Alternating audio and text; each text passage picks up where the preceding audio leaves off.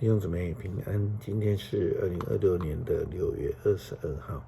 今天的经文是诗篇86篇11节到17节，创世纪16章第1节到15节，启示录第2章第1节到第7节。今天要跟大家分享的主题是起初的爱。希伯来书称亚伯拉罕为信心之父，因为当上帝呼召亚伯拉罕时，他就即刻地跟随了上帝，甚至还不知道要往哪里去。但是我们后来看到圣经的记载，就知道亚伯兰与撒来对于生育这件事情越来越没有信心，因而失去了初衷，而自己动手想要为了上帝解决问题。后来撒来因为受不了夏甲的骄傲以及看轻，就开始恶待夏甲。撒来对于上帝对于人都失去了起初的爱心。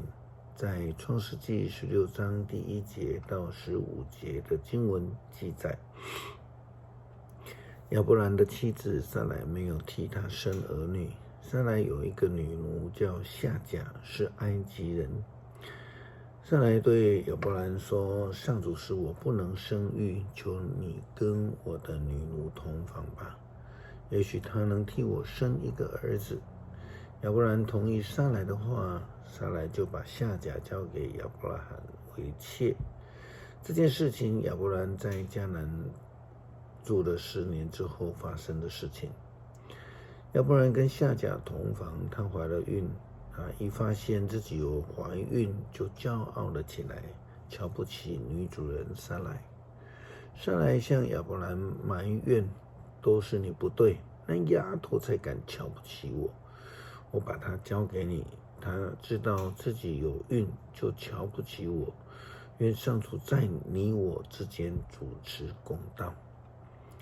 亚伯兰回答：好吧，她是你的女奴，在你手中，你可以随意的待她。于是撒来虐待夏甲，她受不了就逃走。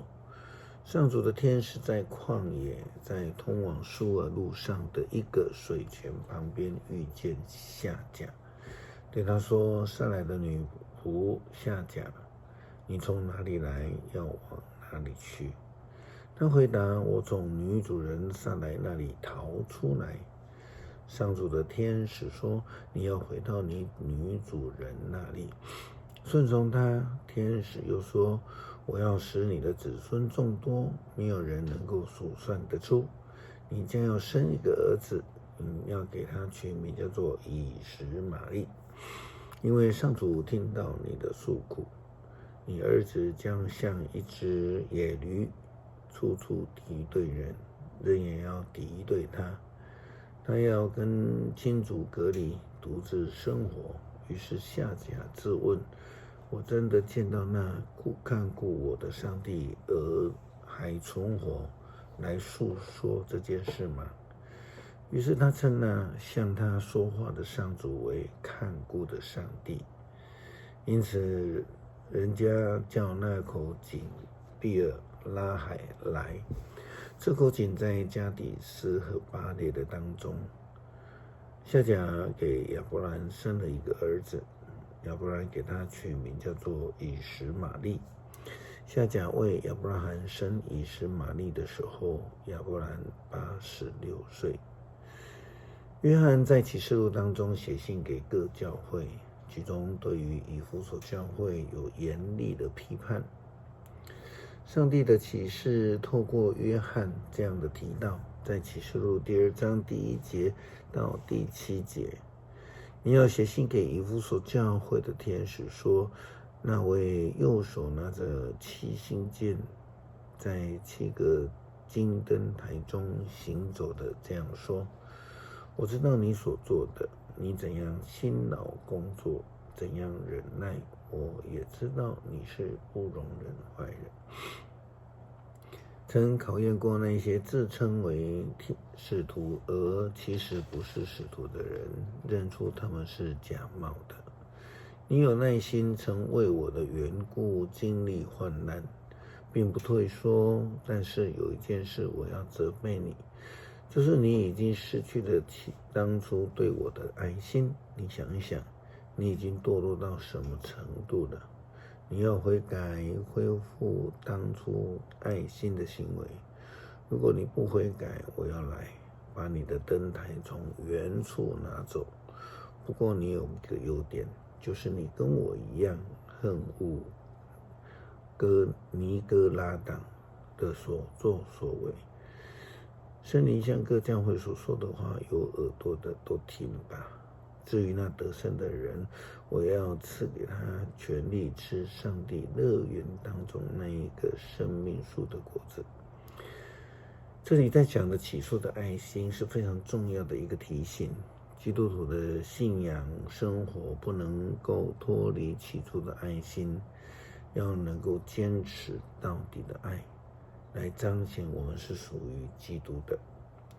诗篇86篇11节到17节，上主啊，求你指示我该走的道路，我要顺服你的真理，求你教导我怎样敬畏你。主我的上帝啊，我要一心颂赞你。你对我的慈爱那么浩大，你救我脱离死亡。上帝啊，狂傲的人前来攻击我，凶残的暴徒要杀害我，他们不把你放在眼里。主啊，你是满有慈悲怜悯的上帝，你不轻易发怒，有丰富的慈爱和信实。求你顾念我，怜悯我，求你赐力量给我，拯救我，因为我像我的母亲那样侍奉你。上主啊，求你向我显示你良善的凭据，使那些恨恶我的人惭愧，因为你帮助我，安慰了我。主啊，帮助我们持守起初的爱心，拥有坚定的信心，来求得上帝的旨意，与主同行。祷告奉主耶稣基督圣名求，阿们。